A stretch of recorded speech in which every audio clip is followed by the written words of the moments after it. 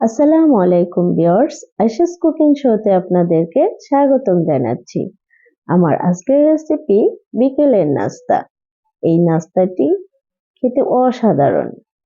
ছোট বড় সবাই এই নাস্তাটি পছন্দ করবে। এমনকি আপনারা ইফতারের সময় এই নাস্তাটি আপনারা পরিবেশন করতে পারেন।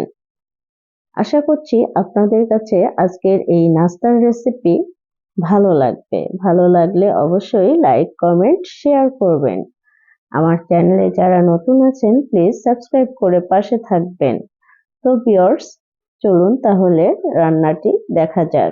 এই নাস্তাটি বানানোর জন্য আমি একটা ছোট বাটিতে ছোট সাইজের 7টি আলু নিয়েছি। এই আলুগুলোকে আমি সিদ্ধ করে নিয়েছি এবং গ্রেটার দিয়ে গ্রেট করে নিয়েছি এবং সাইডে রেখে দিচ্ছি। তারপর একটা বাটিতে 1 কাপ উঁচু করে আটা নিয়ে নিচ্ছি এবং হাফ টিস্পুন লবণ দিয়ে দিচ্ছি এবং ভালোভাবে মিশিয়ে দিচ্ছি। তারপরে দিয়ে দিচ্ছি 1.5 চা চামচ ঘি। ঘি দিয়ে আমি ভালোভাবে মেখে নিব।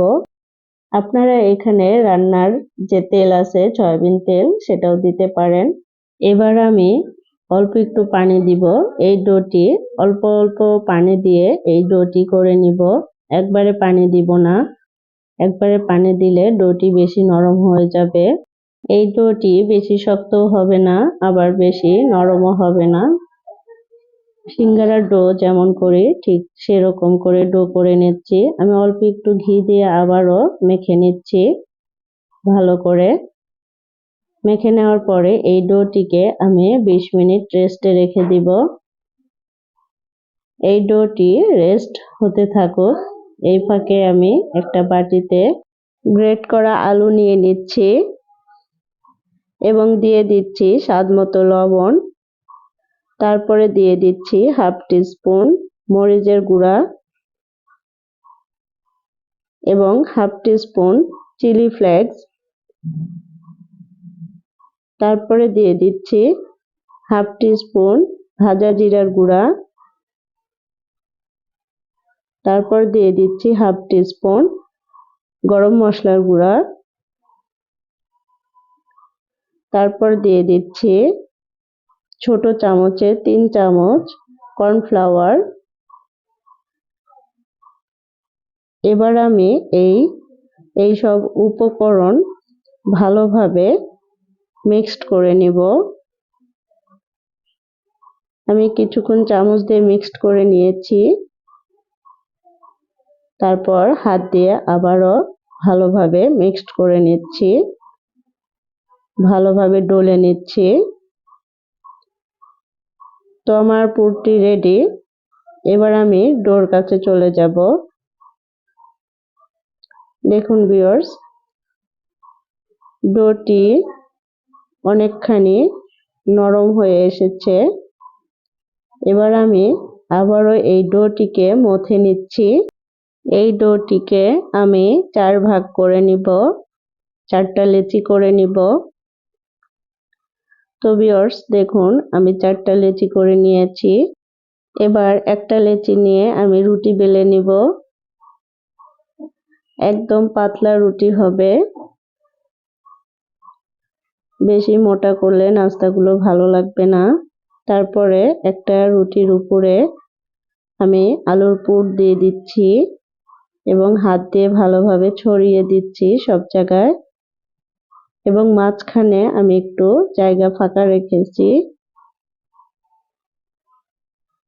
তো ভিউয়ার্স, এবার আমি এই রুটি কেটে নিব ছুরি দিয়ে। দেখুন আমি কিভাবে কাটতেছি, আপনারা দেখে নেবেন। তো আমি 6টা ভাগ করে নিলাম। এবার আমি একটা একটা করে রোল করে নিব।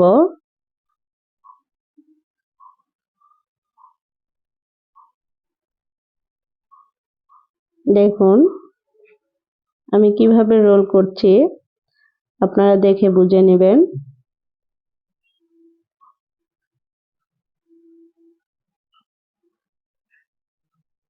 তো ভিউয়ার্স দেখুন একটা নাস্তা রেডি হয়ে গেল।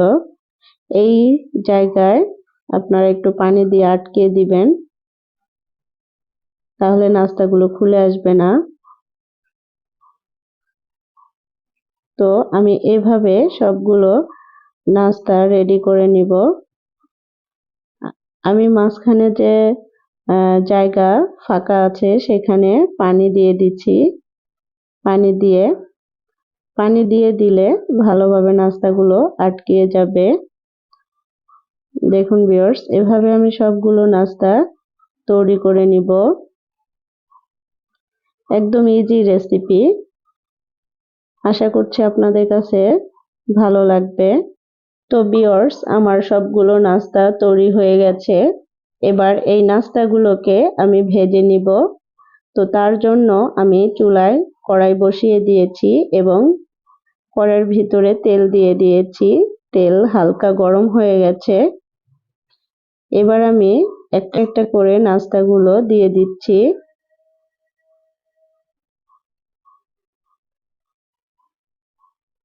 তো আমি এই নাস্তাগুলো দুইবারে দিয়ে ভাজবো। আমি উল্টিয়ে দিচ্ছি, ভালোভাবে নেড়ে দিচ্ছি। তো ভিউয়ার্স, এ পর্যায়ে যদি আমার রেসিপি পছন্দ হয়ে থাকে অবশ্যই আপনারা লাইক দিয়ে দিবেন। যারা নতুন আছেন আমার চ্যানেলে তারা প্লিজ সাবস্ক্রাইব করে রাখবেন আমার চ্যানেলটিকে। তো ভিউয়ার্স, আমার সবগুলো নাস্তা ভাজা হয়ে গেছে। এবার আমি পরিবেশন করে দেখিয়ে দিচ্ছি। তো ভিউয়ার্স, আমার নাস্তাটি কেমন হয়েছে অবশ্যই আপনারা কমেন্ট বক্সে জানাবেন। আমি একটা নাস্তা আপনাদেরকে ভেঙে দেখাচ্ছি। দেখুন, উপরের দিকে অনেক ক্রিস্পি আর খেতেও দারুণ লাগে। ছোট বড় সবাই এই নাস্তাটি পছন্দ করবে। বিকেলে চায়ের সাথে এই নাস্তাটি আপনারা পরিবেশন করতে পারেন। তো আজকের মতো এখানেই শেষ করছি। দেখা হবে নেক্সট ভিডিওতে। আপনারা ভালো থাকবেন, সুস্থ থাকবেন। আসসালামু আলাইকুম। আল্লাহ হাফেজ।